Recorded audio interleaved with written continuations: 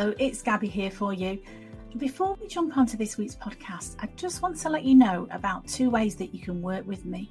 First of all, I do one-to-one coaching and I do that via Zoom, so we can jump on a Zoom call at a time to suit you.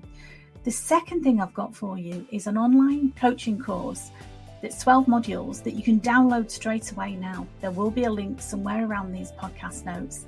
And this is the course that I've designed, and it's got everything in it that I wish I'd have known when I finished cancer treatment and I was lost. So you can download that course now and you can start working towards making this your happiest and healthiest year ever. I'd love to hear from you. Let me know what you think. Take care. Bye-bye. Hello and welcome to Confidence After Cancer. I'm your host, Gabrielle Mottershead, cancer survivor, confidence coach and founder of Confidence After Cancer.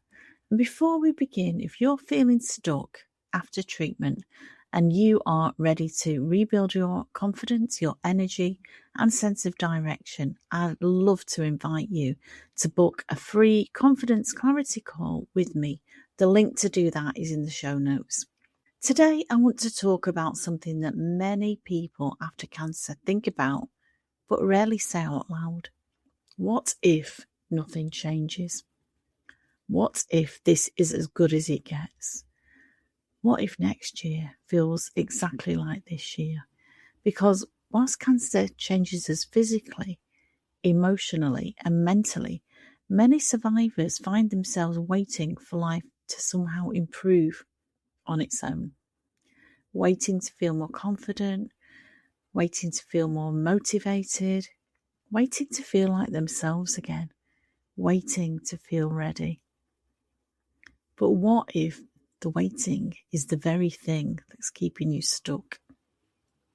One of the biggest myths after cancer is that time automatically heals everything. People say, give yourself time, be patient.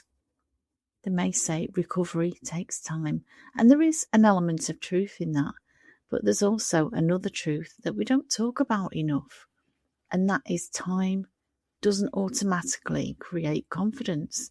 Time doesn't automatically create happiness. Time doesn't automatically create purpose. I have worked with women who are 10 years post-treatment and still waiting to feel like themselves again, not because they've done anything wrong, and certainly not because they are weak, but because nobody ever showed them how to move forward.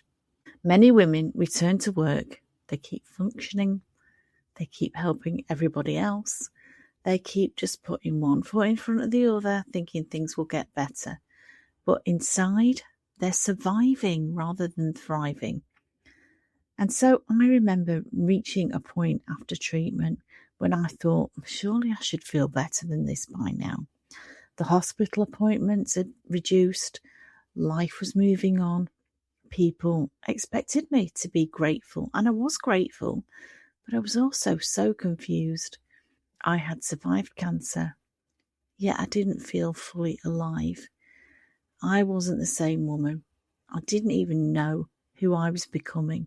And for a long time, I waited for confidence to just magically return, but it didn't. Confidence returned when I started making conscious decisions about the life I wanted to create. And this is something I often explore with women I support privately. I ask them a simple question. If nothing changed over the next 12 months, how would you feel? If your energy stayed the same, if your confidence stayed the same, if your boundaries stayed the same, what if your work-life balance stayed the same? What if your self-care stayed the same? Would you be happy? Because sometimes that question creates a powerful wake-up call, not from fear, but from awareness. As always with these questions that you can ask yourself, there's no judgment. There's just something about getting curious and asking yourself the right question that will give you the clue of where you want to go next.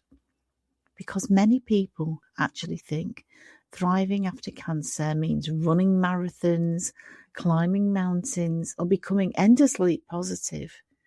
But I don't believe that, because for me, thriving looks like having boundaries without guilt.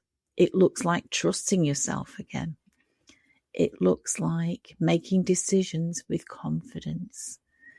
It can be about taking care of your health because you value yourself. It can look like feeling excited about your future. It looks like creating a life that feels aligned with who you've become. Thriving is not about perfection. Thriving is living intentionally. And here's the good news. You don't have to change everything overnight. You don't need a 5-year plan. You don't need to have all the answers. You simply need to take one small step, one conversation, one boundary, one decision, one walk, one coaching call, one decision that says my future matters, because every thriving life starts with one decision, the decision to stop waiting. So before we finish today, I'd love you to reflect on this question. If nothing changed over the next 12 months, what would disappoint you the most? So again, no judgment here. Just get really curious of what comes up if you sit quietly and maybe put your hand on your heart and ask yourself this question. If nothing changed over the next 12 months, what would disappoint you the most?